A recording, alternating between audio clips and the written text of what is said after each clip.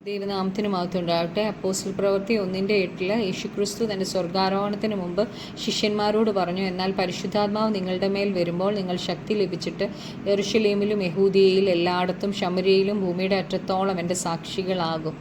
ഈ പരിശുദ്ധാത്മാവിനെ പ്രാപിക്കുന്നതിനെക്കുറിച്ച് തന്നെ പഴയ നിയമത്തിലും എഹെസ്കേലിൻ്റെ പുസ്തകം 36:25 മുതൽ 27 വരെ പറയുന്നുണ്ട്. ഞാൻ നിങ്ങളുടെ മേൽ നിർമ്മല ജലം തളിക്കും, നിങ്ങൾ നിർമ്മലരായിത്തീരും. ഞാൻ നിങ്ങളുടെ സകല മലിനതയെയും നിങ്ങളുടെ സകല വിഗ്രഹങ്ങളെയും നീക്കി നിങ്ങളെ നിർമ്മലീകരിക്കും. ഞാൻ നിങ്ങൾക്ക് പുതിയൊരു ഹൃദയം തരും, പുതിയൊരു ആത്മാവിനെ ഞാൻ നിങ്ങളുടെ ഉള്ളിലാക്കും. കല്ലായുള്ള ഹൃദയം ഞാൻ നിങ്ങളുടെ ജഡത്തിൽ നിന്ന് നീക്കി മാംസമായുള്ള ഒരു ഹൃദയം നിങ്ങൾക്ക് തരും. ഞാൻ എൻ്റെ ആത്മാവിനെ നിങ്ങളുടെ ഉള്ളിലാക്കി നിങ്ങളെ എൻ്റെ ചട്ടങ്ങളിൽ നടക്കുമാറാക്കും. നിങ്ങൾ എൻ്റെ വിധികളെ പ്രമാണിച്ച് അനുഷ്ഠിക്കും. അപ്പോൾ ഇവിടെ പറയുന്നത് നമ്മുടെ കല്ലുപോലുള്ള ഹൃദയം നീക്കിയിട്ട് മാംസമായുള്ള ഒരു ഹൃദയം നമുക്ക് ദൈവം തരുമെന്നാണ്.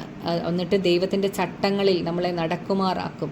യോവേൽ പ്രവാചകൻ പറയുന്നുണ്ട്, 2-ാം അധ്യായം 28-ഉം 29-ലും പറയുന്നുണ്ട്, അതിൻ്റെ ശേഷമോ ഞാൻ സകല ജഡത്തിൻ്റെ മേലും എൻ്റെ ആത്മാവിനെ പകരും. നിങ്ങളുടെ പുത്രന്മാരും പുത്രിമാരും പ്രവചിക്കും, നിങ്ങളുടെ വൃദ്ധന്മാർ സ്വപ്നങ്ങളെ കാണും, നിങ്ങളുടെ യൗവനക്കാർ ദർശനങ്ങളെ ദർശിക്കും.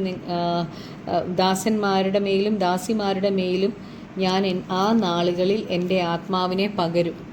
ഇത് തന്നെ പത്രോസും അപ്പോസ്തല പ്രവൃത്തി 2:17-12 പറയുന്നുണ്ട്. പഴയ നിയമത്തിൽ ദൈവം മോശയ്ക്ക് കല്ലിലാണ് കൽപ്പനകൾ എഴുതി കൊടുത്തത്. എന്നാൽ പുതിയ നിയമത്തിൽ ദൈവം തരുന്ന പുതിയ ഹൃദയമാകുന്ന മാംസപ്പലകയിലാണ് ദൈവം തൻ്റെ കൽപ്പനകൾ എഴുതി തരുന്നത്. പുതുതായി ജനിക്കുമ്പോൾ നമുക്ക് പരിശുദ്ധാത്മാവിനെ പ്രാപിക്കുക. ആ ആത്മാവ് നമുക്ക് പാപത്തെക്കുറിച്ചും നീതിയെക്കുറിച്ചും ന്യായവിധിയെക്കുറിച്ചും നമുക്ക് ബോധ്യം തരും. യേശു പരീശന്മാരിൽ പ്രമാണിയായ നിക്കോദെമോസിനോട് യോഹന്നാൻ 3-ാം അധ്യായത്തിൽ പറയുന്നുണ്ട്, നീ പുതുതായി ജനിച്ചില്ലെങ്കിൽ സ്വർഗരാജ്യം കാണാൻ കഴിയത്തില്ല. വെള്ളത്താലും ആത്മാവിനാലും ജനിച്ചില്ലെങ്കിൽ നിനക്ക് ദൈവരാജ്യത്തിൽ കടപ്പാൻ കഴിയത്തില്ല എന്നാണ് പറയുന്നത്. വീണ്ടും താഴേക്ക് നമ്മൾ വായിക്കുമ്പോൾ കാണുന്നുണ്ട്, ആത്മാവിനാൽ ജനിക്കുന്നവൻ കാറ്റുപോലെ ആകും എന്നാണ് പറയുന്നത്. കാറ്റുപോലെ. അപ്പോൾ ആത്മാവിനാൽ ജനിച്ചവർ കാറ്റുപോലെയായി മാറും. പിന്നെ നമുക്ക് സ്വയമായ ഇഷ്ടങ്ങളൊന്നും ഉണ്ടാകത്തില്ല. ദൈവത്തിൻ്റെ നിയന്ത്രണത്തിലാണ് പിന്നീട് നാം ജീവിക്കുന്നത്. കല്ലുപോലെ ഒരിടത്തിരിക്കാതെ കാറ്റുപോലെ ദൈവം നമ്മെ നടത്തുന്നിടത്തേക്ക് നമ്മൾ നടക്കുമാറാകും. യോഹന്നാൻ ലൂക്കോസ് 19:8 വാക്യത്തിൽ ക്രിസ്തുവിനെ കണ്ടുമുട്ടിയ ചുങ്കക്കാരനും പാപിയുമായ സക്കായി യേശുവിനോട് പറയുന്നുണ്ട്, കർത്താവേ, എൻ്റെ വസ്തുവകയിൽ പാതി ഞാൻ ദരിദ്രർക്ക് കൊടുക്കുന്നുണ്ട്. വല്ലതും ചതിവായി വാങ്ങിയിട്ടുണ്ടെങ്കിൽ 4 മടങ്ങ് മടക്കി കൊടുക്കുന്നു. കല്ലുപോലെ ആയിരുന്ന സക്കായി കാറ്റുപോലെ ആയി. ഇപ്പം നമുക്കറിയാം, നീതിമാൻ ആരുമില്ല, ഒരുത്തൻ പോലുമില്ല. എല്ലാവരും വഴിതെറ്റി ഒരുപോലെ കൊള്ളരുതാത്തവരായി തീർന്നു. അതുകൊണ്ട് മാനവജാതിയുടെ മുഴുവൻ പാപത്തിൻ്റെയും ശിക്ഷ യേശു ക്രൂശിൽ വഹിച്ചു. നാം മരിക്കേണ്ട സ്ഥാനത്ത് നമുക്ക് പകരക്കാരനായി ക്രിസ്തു ക്രൂശിൽ മരിച്ചു. 3-ാം ദിവസം ഉയർത്തെഴുന്നേറ്റ് ഇന്നും സ്വർഗത്തിൽ പിതാവിൻ്റെ വലത്തുഭാഗത്ത് നമുക്കായി പക്ഷപാതം ചെയ്യുക. റോമർ 10:9 നാം കാണുന്നത്, യേശുവിനെ കർത്താവ് എന്ന് വായികൊണ്ട് ഏറ്റുപറയുകയും ദൈവവനെ മരിച്ചവരിൽ നിന്ന് ഉയർത്തെഴുന്നേൽപ്പിച്ചു എന്ന് ഹൃദയം കൊണ്ട് വിശ്വസിക്കുകയും ചെയ്താൽ നീ രക്ഷിക്കപ്പെടും. ഇവിടെ സക്കായി യേശുവിനെ കർത്താവായിട്ട് വായിക്കൊണ്ട് ഏറ്റുപറയുക, കർത്താവേ എന്ന് വിളിക്കുക. അങ്ങനെ താൻ കാറ്റുപോലെ ആയിത്തീരുകയാണ്. യാക്കോബിൻ്റെ 2:10 പറയുന്നത്, ഒരുത്തൻ ന്യായപ്രമാണം മുഴുവൻ അനുസരിച്ച് നടന്നിട്ടും ഒന്നിൽ തെറ്റിയാൽ അവൻ സകലത്തിനും കുറ്റക്കാരനായി തീർന്നു. ന്യായപ്രമാണത്തിൻ്റെ പ്രവൃത്തികളാൽ ഒരു ജഡവും നീതീകരിക്കപ്പെടുന്നില്ല.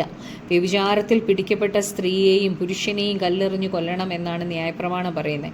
എന്നാൽ പരീശന്മാരും ശാസ്ത്രിമാരും യേശുവിൻ്റെ അടുക്കൽ ഈ സ്ത്രീയുമായിട്ട് വന്നിട്ട് അവളെ കല്ലെറിഞ്ഞു കൊല്ലണമെന്ന് പറയുമ്പോൾ യേശു പറയുന്നുണ്ട്, നിങ്ങളിൽ പാപമില്ലാത്തവൻ അവളെ ഒന്നാമത് കല്ലെറിയട്ടെ എന്ന്. മനസാക്ഷിയുടെ ആക്ഷേപം നിമിത്തം അവരെല്ലാം വിട്ടുപോയി.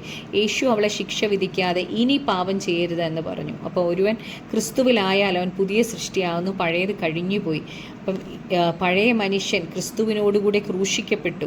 ഇനി ജീവിക്കുന്നത് ഞാനല്ല, ക്രിസ്തു അത്രേ എന്നിൽ ജീവിക്കുന്നത്. അപ്പം നമുക്ക് പ്രാർത്ഥിക്കാം. കർത്താവേ, യേശുവേ, ഈ പരിശുദ്ധാത്മാവിനെ അനുസരിച്ച് ജീവിച്ച് പരിശുദ്ധാത്മാവിനെ പ്രാപിച്ച് കർത്താവെ ആത്മാവിനാൽ ജഡത്തിൻ്റെ സ്വഭാവങ്ങളെ ജയിക്കുവാൻ ഞങ്ങൾക്ക് കൃപ തരണമേ. യേശു ക്രിസ്തു ആത്മാവിനാൽ പിശാചിൻ്റെ തന്ത്രങ്ങളെ, പിശാച് ടെസ്റ്റ് ചെയ്യാൻ വന്നപ്പോൾ അപ്പോൾ പിശാചിനെ ജയിച്ചത് ആത്മാവിനാലാണല്ലോ കർത്താവെ. അതുപോലെ ജഡത്തിൻ്റെ പ്രവൃത്തികളെ ഞങ്ങൾക്ക്, പ്രലോഭനങ്ങളെ ജയിക്കുവാൻ ആത്മാവിനാൽ ഞങ്ങൾക്ക് ജയിക്കുവാനുള്ള കൃപ തരണമേ.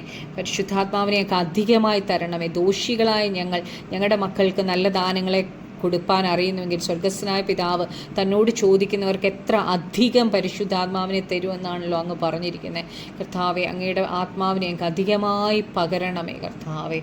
അപ്പോൾ ഞങ്ങളുടെ പ്രാർത്ഥന കേട്ടതിനായി നന്ദി. മാനവും മഹത്വവും അങ്ങ് എടുത്തോളണേ. സകലവും ഞങ്ങൾക്ക് വേണ്ടി ജീവൻ വെച്ച യേശു ക്രിസ്തുവിൻ്റെ നാമത്തിൽ തന്നെ ആമേൻ.